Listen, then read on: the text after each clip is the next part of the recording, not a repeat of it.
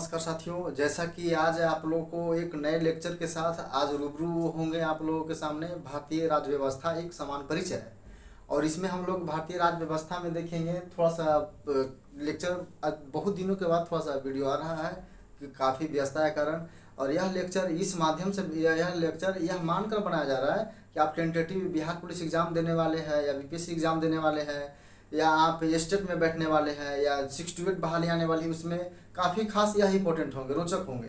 क्योंकि यदि आप गहराई से नहीं पढ़ते हैं तो इस बार जो बिहार शिक्षक पीआरटी का एग्जाम हुआ, कई सारे बच्चे बोल रहे थे कि हमको यह सब्जेक्ट पता ही नहीं चल रहा था, क्वेश्चन इस स्तर का था जो समझ में नहीं आ रहा था। तो खैर बिना बात गवाए फिर हम लोग आगे डिस्कस इन सब चीज़ों पर करेंगे, लेकिन काफ़ी खास आज कोशिश करेंगे कि समान परिचय खत्म हो, नहीं तो लेक्चर बंद तक रहेगा। नेक्स्ट और पॉलिटी आपको बिहार पुलिस एग्जाम होने तक काफ़ी हद तक पढ़ा दिया जाएगा। अगर एग्जाम बिहार पॉलिटी से क्वेश्चन आता है तो इससे बाहर आपका क्वेश्चन नहीं रहेगा। सिर्फ आप ध्यानपूर्वक आप लेक्चर को यदि सुनते हैं समझते हैं तो आपके लिए यह रामबाण साबित होगा। और कभी भी टेंटेटिव एग्जाम, चाहे आप किसी भी तरह की कंपटीशन की तैयारी को नहीं करते हो, यह आपके लिए बहुत मददगार साबित होगा। ऐसा नहीं है कि नामों के आधार पर कि बहुत बड़े टीचर हैं, फलना ये पढ़ेंगे, फलना इनसे पढ़ेंगे, उनसे पढ़ेंगे। हर टीचर को देखकर आप इस वीडियो को देखें, आपको उनसे कुछ न कुछ ज़्यादा जरूर मिलेगा। तो खैर बिना बात समय गवाए हम लोग इधर देखते हैं। देखिए, भारतीय राज्य व्यवस्था में संविधान जो है वो सर्वोच्च है। जो राज्य व्यवस्था, देखिए सबसे पहले बात, किसी भी देश को, किसी भी संवैधानिक देश को चलाने के लिए एक संविधान, जो नियम कानून कायदे जो होते हैं उसे संविधान कहते हैं। अब भारतीय राज्य व्यवस्था में संविधान सर्वोच्च है और यह संघ का प्रणाली जो लिया गया है, यह जो भारतीय संघ की जो प्रणाली, यह जो प्रणाली ली गई है जो हम लोग अमेरिका देश से लिए हैं। जो संविधान उसी से जो संघ की प्रणाली जो है, भारतीय संघ की प्रणाली है, हम लोग अमेरिका से संघ की प्रणाली अमेरिका से लिए हैं। अब देखिए, उस समय जब हमारा संविधान विकास हुआ था, उस समय 8 अनुसूची 8 था।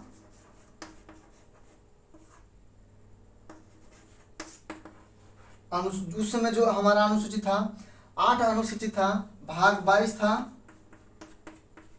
भाग 22 और अनुच्छेद 395 के आसपास था। जो हमारा आर्टिकल था, अनुच्छेद था, वो 395 के आसपास था, 395 के आसपास था जब हमारा संविधान बना। लेकिन वर्तमान समय में हमारा जो भाग है वह 25 भाग 12 अनुसूची, 25 भाग 12 अनुसूची, अप्रोक्सीमेट 450 अभिभव अनुच्छेद हो चुका है अभी वर्तमान समय में। अब देखिए, संविधान की दो तरह के संविधान दो तरह के होते हैं। अब हम लोग संविधान को देखेंगे। संविधान जो होते हैं वह 2 तरह के होते हैं। एक तो संविधान होगा वह लिखित संविधान होगा और एक अलिखित संविधान होगा। जो लिखित संविधान होगा, जो किसी देश, लिखित संविधान और अलिखित संविधान। लिखित तो यानी कि लिखा गया है, और अलिखित संविधान ऐसा नहीं है कि वह लिखा नहीं गया है, लिखा गया है लेकिन सीक्वेंस में, क्रम में नहीं लिखा गया है। जैसे हम लोग पढ़ते हैं संविधान में भाग 1 पढ़ते हैं, संघ और उसका राज्य क्षेत्र 1 से 4, भाग 2 पढ़ते हैं, नागरिकता 5 से 11। तो ऐसे हम लोग क्रम से पढ़ते हैं, क्रमिक बाय क्रमिक हम लोग देखे हैं। लेकिन जो अलिखित संविधान है, ब्रिटेन का संविधान अलिखित संविधान है, लेकिन सबसे पहले संघीय शासन प्रणाली शुरू करने वाला देश ही ब्रिटेन है। लेकिन ब्रिटेन का संविधान अलिखित संविधान है, वह लिखा हुआ नहीं है, यानी कि वह क्रमिक रूप से सजाया हुआ नहीं है। देखिए, तो संविधान हम लोग देखेंगे। संविधान होते हैं जो 2 तरह के होते हैं।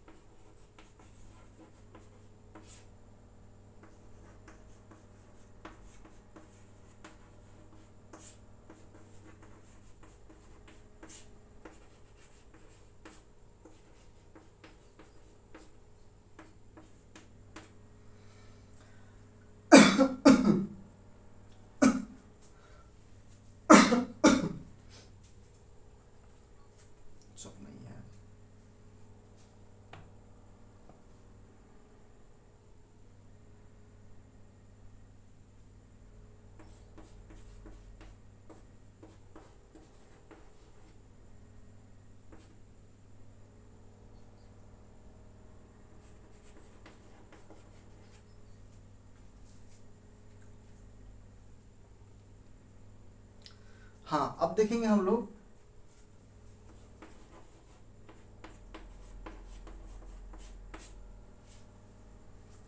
जो अब हम लोग देखेंगे संविधान दो तरह के हैं, एक लिखित संविधान और एक अलिखित संविधान। लिखित अभी आपको बताएं कि लिखित का मतलब जो लिखित सभी जगह एक जगह लिखा हुआ है, अलिखित का मतलब जो लिखा हुआ है लेकिन सीक्वेंस में नहीं, क्रमिक रूप से नहीं है, जहां तहां लिखा हुआ है, जहां तहां है, सीक्वेंस में नहीं है। अब देखिए अमेरिका का संविधान जो लिखित है, कनाडा का संविधान जो लिखित है, चीन का संविधान जो लिखित है, भारत का संविधान लिखित है। अब देखिए जो सबसे छोटा संविधान है, जो सबसे छोटा संविधान है वो मोरक्को देश का संविधान है। विश्व का सबसे छोटा संविधान मोरक्को, विश्व का सबसे छोटा संविधान जो है जो मोरक्को देश का संविधान है। और विश्व का सबसे बड़ा लिखित संविधान वो भारत का है। आप सुनते हैं भारत के, आखिर क्यों भारत का है? आपको जानकर आश्चर्य होगा कि जो अमेरिका का संविधान है जिसमें 7 ही अनुच्छेद है, आपको जो कनाडा का संविधान है उसमें 147 अनुच्छेद ही हैं, और चीन का जो संविधान है उसमें 138 अनुच्छेद ही है। आपको विश्व के जितने भी कंट्री मिलेंगे उसमें किसी भी देश का, आप भारत को छोड़ दीजिए, तो अप्रॉक्सीमेट 200 से ज़्यादा अनुच्छेद किसी भी संविधान में नहीं है सिवाय भारत को छोड़कर। और भारत में 450 प्लस अभी वर्तमान समय में अनुच्छेद हो गए हैं। तो यह भारत का सबसे बड़ा लिखित संविधान है। अब आपको समझ में यहाँ से 2-3 क्वेश्चन बनेंगे। संविधान जो सबसे पहले जो शुरू करने वाला है देश है वो ब्रिटेन है, लेकिन अमेरिका का संविधान पहला लिखित संविधान है। 1789 इसका आसपास समय होगा, 1789। विश्व का पहला लिखित संविधान अमेरिका का है। तो यहाँ से 2-3 पॉइंट उत्पन्न हो जाएगा। और नेक्स्ट, और लिखित संविधान को अवधारणा का विकास सर्वप्रथम, जो लिखित संविधान है, लिखित संविधान का जो अवधारणा शुरू किया इन्होंने, यह फ्रांस ने शुरू किया था। यहाँ तक आप अगर सुन रहे होंगे तो आई होप यहाँ तक किसी तरह से कोई दिक्कत नहीं होना चाहिए। और लिखित संविधान में आप ब्रिटेन जान ही गए। देखिए भारतीय संविधान का जो जनक है, कहे जाते हैं भारतीय संविधान का जनक, वो भीमराव अम्बेडकर, डॉक्टर भीमराव अम्बेडकर।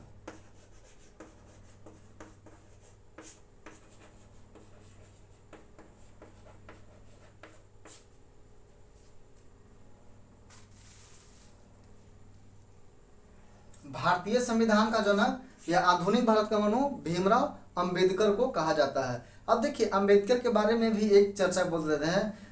भीमराव अम्बेडकर जब संविधान सभा के जो सदस्य थे, जब भीमराव अम्बेडकर संविधान सभा के सदस्य प्रथम जब भारत का जब विभाजन नहीं हुआ था, जब भारत का विभाजन नहीं हुआ था उस समय भीमराव अम्बेडकर बंगाल प्रेसिडेंसी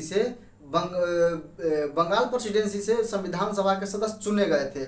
जब भारत का विभाजन हुआ, जब भारत अलग अलग, भारत और पाकिस्तान अलग अलग, दोनों देश अलग हुए, तो जिस बंगाल के जिस प्रेसिडेंसी, बंगाल के जिस क्षेत्र से संविधान सभा में भीमराव अम्बेडकर आए थे वह क्षेत्र पाकिस्तान को मिल गया था। तो भीमराव अम्बेडकर वहाँ का सदस्य नहीं रह गए थे संविधान सभा के। तो उस समय संविधान सभा के अस्थायी अध्यक्ष डॉक्टर राजेंद्र प्रसाद थे। डॉक्टर राजेंद्र प्रसाद के सहयोग से और इनके विवेक और विचार, इनके विवेक कहें या इनके मतलब कि इनके अनुसार, और इन्होंने इनके सहयोग से एक थे जो मुंबई प्रेसिडेंसी से एम.एस. जयकर। तो एम.एस. जयकर जो बम्बई प्रेसिडेंसी से संविधान सभा में चुन के आए थे, इनको राजेंद्र प्रसाद ने इस्तीफा दिलवाया और वहाँ से बम्बई प्रेसिडेंसी से भीमराव अम्बेडकर को संविधान सभा में भेजा गया। ये काफ़ी आश्चर्य की बात है, बहुत कम ही लोग जानते हैं। खैर इस चीज़ को हम लोग देख लेंगे। अब देखिए एम.एस. जयकर जो थे वो बम्बई प्रेसिडेंसी से थे, और जो बम्बई प्रेसिडेंसी से इस्तीफा दिए, और इस्तीफा देने के बाद भीमराव अम्बेडकर को इसी प्रेसिडेंसी से संविधान सभा में भेजा गया। क्योंकि जानते थे अम्बेडकर की महत्ता को, भीमराव राजेंद्र प्रसाद जानते थे, क्योंकि अम्बेडकर हमेशा इसकी हित में सोचते थे। तो पहली बार जब संविधान सभा अविभाजित भारत में, यानी स्वतंत्रता से पूर्व भारत में संविधान सभा का जो इलेक्शन हुआ था, उस समय यह कलकत्ता मतलब बंगाल प्रेसिडेंसी से भीमराव अम्बेडकर चुने गए थे। लेकिन जब भारत का विभाजन हुआ तो वह क्षेत्र पाकिस्तान को मिल गया, तो भीमराव अम्बेडकर की सदस्यता वहाँ से खत्म हो गई। और उसी तरह से फिर जब यह बात राजेंद्र प्रसाद को पता चला, राजेंद्र प्रसाद यह बात को जाने, तो फिर उनको एम.एस. जयकर को इस्तीफा दिलवाकर इन्होंने यह संविधान सभा का सदस्य बनाया। और देखिए अब यहाँ से हम लोग जानने का प्रयास करेंगे कि संविधान का विकास में, भारतीय संविधान के विकास में दो पहलू काफ़ी इंपॉर्टेंट है। भारतीय संविधान का विकास दो स्तर से हुआ। पहला स्तर हुआ, एक तो स्तर हुआ ब्रिटिश ईस्ट इंडिया कंपनी के तहत भारतीय संविधान का विकास हुआ, और दूसरा ब्रिटिश क्राउन के अधीन भारतीय संविधान का विकास हुआ। अब देखिए इसमें कैसे विकास हुआ, जो देखिए इसमें जो हम लोग पढ़ते हैं, एक इसके अंतर्गत 1757 में बंगाल का गवर्नर का पद कर लाया गया, बंगाल के गवर्नर का पद लाया गया। फिर 1757 के बाद आपको देखने को लिए मिलेगा 1773 देखने को लिए मिलेगा, 1773 देखने के लिए मिलेगा। 1833 का चार्टर एक्ट 1833 देखने के लिए मिलेगा। 1833 के बाद 1858 देखने के लिए मिलेगा। और इसके बाद यह 100 साल शासन करने के बाद फिर ब्रिटिश क्राउन के अंतर्गत जब अंग्रेजी ईस्ट इंडिया, जब 1857 का विद्रोह हुआ, 57 के विद्रोह के बाद ब्रिटिश क्राउन ने इनको विकास करना, भारतीय विकास, ब्रिटिश क्राउन के अंतर्गत यह शासन चला गया। चूँकि यह जो ब्रिटिश ईस्ट इंडिया कंपनी जब भारत में आए थे, एक व्यापार करने आए थे। इसका गठन 1600 ईस्वी में हुआ था। उस समय ब्रिटेन की महारानी थी। जब 1600 में इसका विकास हुआ, तो उस समय जो ब्रिटेन की महारानी थी एलिजाबेथ प्रथम, इन्होंने ईस्ट इंडिया कंपनी को एक अधिकार दिया कि आप एशियाई देश के पूर्व क्षेत्र या पूर्व के भागों में जाकर आप नए देशों को, नए क्षेत्र को खोज सकते हैं और व्यापार कर सकते हैं। उस समय व्यापार का मेन दो ही तरह से व्यापार होता था, एक स्थल मार्ग से और एक जल मार्ग से। तो स्थल मार्ग से, अब जब स्थल मार्ग पर कुस्तुनतुनिया का पतन हो गया था 1453 में, जब कुस्तुनतुनिया का पतन हुआ, उस समय जल मार्ग काफ़ी थोड़ा सा दिक्कत हो गया था। तो और उसी समय, खैर इस चीज़ को हम इतिहास में देखेंगे और आधुनिक भारत के इतिहास को कड़ी को जोड़ते हुए आगे बढ़ेंगे कैसे क्या हुआ जो। तो स्थल मार्ग की जब व्यापार हो रहा था, यह कंपनी भारत में व्यापार करने आई थी। जब 1857 का विद्रोह हुआ तो इन्होंने पता ही अंग्रेजों को लगा कि अब तो लगता है कि हमारे हाथ से भारत निकल जाएगा। इन्होंने कहता है कि हम व्यापार करने आए थे, लेकिन कब भारत को जीत लिए पता ही नहीं चला। तो ये 1757 से काफ़ी खास, जब प्लासी का युद्ध हुआ तब जब 1757 का युद्ध हुआ तब भारत ने इन्होंने नींव रखी। बक्सर के युद्ध से इन्होंने भारत पर पूर्णतः अपना सत्ता स्थापित कर लिया था। तो खैर, और यह मुगलों, जब यह आपको जानकर यह आश्चर्य होगा कि जब ब्रिटिश ईस्ट इंडिया कंपनी जब भारत में जब शासन कर रही थी 1857 के पहले, ब्रिटिश क्राउन को भी इतना भनक नहीं था कि यह इतना शासन कर रही है। क्योंकि जितने भी रूल और लॉ आ रहे थे, बंगाल के गवर्नर का पद आया, फिर बंगाल के गवर्नर का पद आया, बंगाल के गवर्नर जनरल का पद आया, तो इसमें कौन कौन कैसे कैसे गवर्नर बने, फिर इस चीज़ों को हम एक कड़ी में जोड़ेंगे। तो उस समय ब्रिटिश जो ईस्ट इंडिया कंपनी थी वह नियम कानून और कानून बना रही थी, और वह अपने अनुसार भारत को बंगाल को चला रही थी भारत में आकर के। तो जब ब्रिटिश ईस्ट इंडिया कंपनी आई, तो जब 100 वर्षों तक शासन किया, तो ब्रिटिश क्राउन भी था, यह ताक झांक में था कि कब ऐसा कमजोर कड़ी को देखें कि यह क्राउन, वहाँ का शासन अपने हाथों में लेना जरूरी हो गया था। क्योंकि जिस रफ्तार से ब्रिटिश ईस्ट इंडिया कंपनी का शासन बढ़ रहा था और इसका कुनबा का विस्तार हो रहा था, उस समय धीरे धीरे अंदर ही खाने ब्रिटिश को भी सख्ते में डाल दिया था। चूँकि यह ब्रिटिश क्राउन को यह मतलब कि इसकी आहट आने लगी थी कि जब ब्रिटिश ईस्ट इंडिया कंपनी हमसे भी ज़्यादा मजबूत स्थिति में आ जाएगी, जब शासन कई क्षेत्रों में कर रही है, बहुत ज़्यादा हमसे मजबूत स्थिति में आ जाएगी, तो ब्रिटेन में कभी भी तख्ता पलट और तख्ता पलट हो सकता है। इसके डर से जब बहुत सारे विद्रोह हुए, जब 57 का विद्रोह हुआ, तो इसे वो अपने मौका को, फायदा को देखकर उन्होंने ब्रिटिश की ईस्ट इंडिया कंपनी के हाथों से अपना व्यापार लेकर क्राउन अपने हाथों में व्यापार ले लिया। तो खैर यहाँ से हम लोग विशेष कड़ी को देखेंगे आगे। आज के लिए इतना ही, धन्यवाद। फिर हम लोग अगले क्लास में चलेंगे और धीरे धीरे देखेंगे। फिर हम लोग 1757 देखेंगे, थोड़ा सा सिराजुद्दौला का युद्ध को देखेंगे। 1757 का जब युद्ध हुआ जब 1757 का युद्ध हुआ, सिराजुद्दौला का जब इन्होंने मारा, जब सिराजुद्दौला को किसी तरह से छल कपट से हराया, तो उस समय एक पद आया, बंगाल के गवर्नर का पद। उस समय रॉबर्ट क्लाइव जो थे बंगाल का गवर्नर बने। जब 1757 में बंगाल के गवर्नर का पद आया तब बंगाल के पहले गवर्नर बने और रॉबर्ट क्लाइव बने। तो खैर आज यहाँ से इतना ही, फिर हम लोग अगले क्लास में आएंगे, देखेंगे ईस्ट इंडिया कंपनी के अनुसार। अब ईस्ट इंडिया कंपनी थे तो उस समय भारत में आया तो उस समय कौन शासन कर रहा था, मुगल का शासन था, मुगल के शासन में कौन था, अकबर थे, अकबर के समय में देखिए, अकबर के समय में तो स्थापना गठन हुआ था, उसके बाद जहांगीर। खैर आगे नेक्स्ट चीज़ों को हम लोग आकर देखेंगे। आई होप हम समझ रहे होंगे कि आप लोग समझ रहे होंगे। अब अगर समझ में नहीं आया, कहीं कोई दिक्कत हो तो आप कमेंट कर सकते हैं, कमेंट में अपनी बातों को रख सकते हैं, पूछ सकते हैं, आपको अगले लेक्चर में उसका जवाब दिया जाएगा।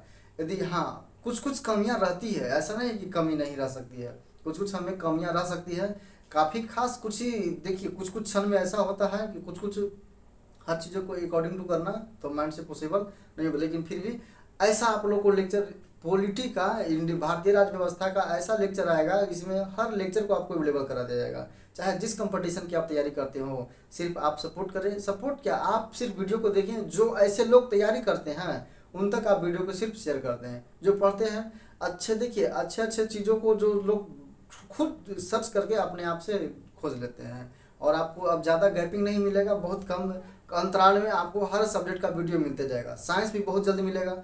आवश्यक सूचना, जिनके भाई बहन बीएड किए हुए हैं, स्टेट का तैयारी फॉर्म भर दिए हैं, उनके लिए स्पेशल मैथ हमारे थ्रू पढ़ाया जाएगा, एकदम उससे बाहर नहीं रहेगा, चाहे मैथ में आप कितना कमज़ोर क्यों ना हो। तो खैर आज के लिए इंडियन पॉलिटी इतना ही। अगले क्लास से आएंगे ब्रिटिश ईस्ट इंडिया कंपनी के गठन और उस समय क्या क्या था, कैसे इसका विकास हुआ, लेक्चर पार्ट 2 में हम लोग आगे देखेंगे। ठीक है, खैर आज के लिए इतना ही, धन्यवाद।